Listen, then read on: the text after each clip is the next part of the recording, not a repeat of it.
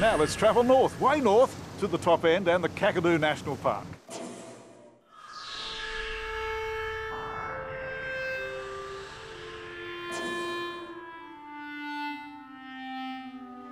Kakadu has been World Heritage listed for good reason.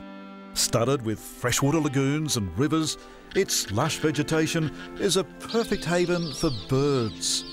More than 280 species of birds can be found here. That's almost 1/3 of Australia's bird species. They range from majestic eagles to the nimble water lily walkers, the jacanas. Whistling ducks are typical of the many Australian water birds that make the floodplains and wetlands of Kakadu such an important refuge and feeding ground, especially during the dry season.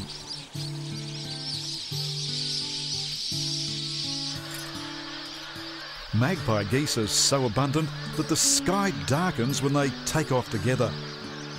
More than 1 million of these spectacular and uniquely Australian waterfowls make the Kakadu wetlands their home, in contrast to Australia's temperate regions where they've been systematically exterminated by overhunting, habitat destruction and poisoning.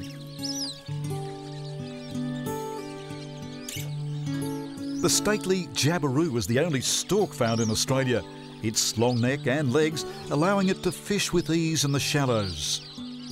The jabiru catches most of its prey by jabbing and seizing it with its large bill. This prolific and active bird life is such a spectacle that visitors from all over the world are checking it out in increasing numbers, almost 250,000 people last year. What they're learning is that the Kakadu National Park is managed jointly by its Aboriginal traditional owners and the Director of National Parks. Aborigines like Jenny Hunter are being encouraged to show off Kakadu and their culture. After 15 years as a National Park Ranger here, Jenny has become the first Aborigine to start her own tourism business in the Kakadu National Park.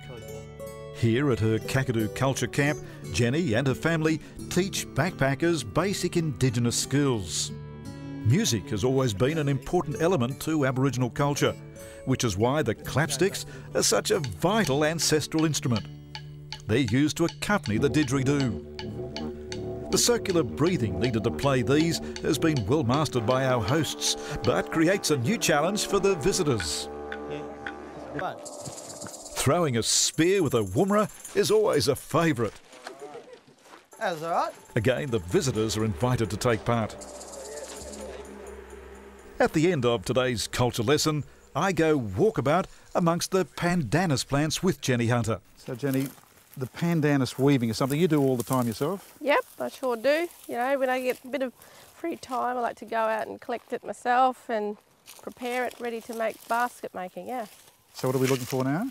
Just a dye that I use, and the dye that I use is like a little grass, and what it looks like is just this one here.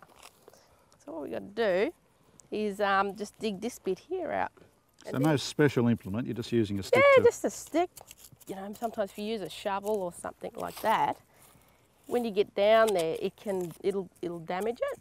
It's a lot of work you've got to go to. It sure is, but it's good because when us ladies do it, we all, you know, go out together and just make a day of it. That's it. And that's what you wanted? This is what I wanted. Okay, so bright red there. Bright red, so we'll crush it up and boil it with the pandanus fibre, and it gives you a brownish colour, brown tinge. Yeah. Having collected the roots for colour, Jenny now needs to find suitable pandanus leaves. All right, so here's a good low one that we can grab. See, so what we've got to do is grab this middle part here. Yep. As you can see, it's nice and spiky. So what we've got to do, if you want to have a go, you've got to grab this bit and actually bring it right down. That's it. Yeah, simple. That's it, yep. You made it look easy. No, you get used to these spikes. There's a real separation of roles, isn't there, here? Yep. The women, we do all this, and the men, they can go and get the other stuff. Do a bit of painting and that. So when we finally strip it from here, that's what we end up with. Yep. Okay, that's the plain. Got that. When we colour up when we get our colours, all this, we end up with this. Okay, so all these colours are from the bush. It's really important to keep all this culture alive, otherwise it'll be all gone. One creature that is far from gone in Kakadu is the agile wallaby. They're the most common wallaby in Australia's north and become vulnerable to attacks by crocodiles when drinking at the edge of waterways like this. Saltwater crocs are an ever-present danger to wildlife and humans here in Kakadu, which is where this new Indigenous tour comes in. We're joining Cynthia Cooper and Rachel Baboni on the Gulanyambi boating trip along the East Alligator River. There's a heavy concentration of big salties right here, where tidal waters meet the vast floodplains. This is crocodile heaven, eh? Yep. Heaps of crocs up in this area. Heaps, you were telling me about 300? Yeah, between 250 and 300 crocs, just from Kale's Crossing up to the sandbar. So that's not far, probably a kilometre or so. That's right. That's a big concentration of crocs. That's right. And they can be anywhere from 6.5 metres right down to babies. At the moment it's mating season, so we usually will see them paired up together. If the females are by themselves, they're usually on the bank, out in the sun, just showing themselves, saying, here I am, I'm available. Now this big croc we're approaching, yep. You're taking that boat in quite close, and as we get closer and closer, Jefferson's up the front filming, I'm behind him, and that croc turns around, thrashes its tail, throws up a whole pile of mud over you, over me, over the cameras, all over the boat. Yep. Yeah, well that's what happens when you get too close to a big croc and he thrashes around in the mud. You're just covered in mud. I got a new colour today. Oh, there's my shot. What do you think about crocodiles? They're quite placid. They're just like dogs, you know, your family pet. If you provoke them, you chuck rocks, you do things like that, they're going to give you a bit of a nip. They're going to bite your back.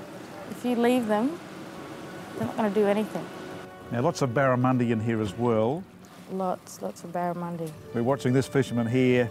He's gone and caught a good-sized barra. Yep. So we get tourists from all over Australia to come up here every season, dry season and wet season, particularly just for barra fishing.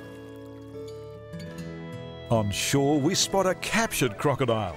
A team of rangers has been trapping and taping up the jaws of several big crocs, all aimed at scaring them, keeping them away from humans in the future. Okay, we've got a 3.3 metre saltwater crocodile here, and part of the exercise today is behaviour modification. He's been a bit naughty hanging around the boat ramp here. We don't want to remove the animal, but if we catch, process and release, he'll hopefully develop a human avoidance behaviour. So Gary, you're trying to put a sense of fear in this animal? Exactly. They're not getting it at the moment because people are standing there, not a threat, taking photos, that sort of thing. The other thing is education and interpretation to the junior rangers down on the boat ramp. So they're quite keen. They've gone through the process of measuring, sexing, and now they're going to watch us release this croc. Okay. The tape is cut and pulled from the croc's eyes, signalling that it is free to scramble back into the East Alligator River.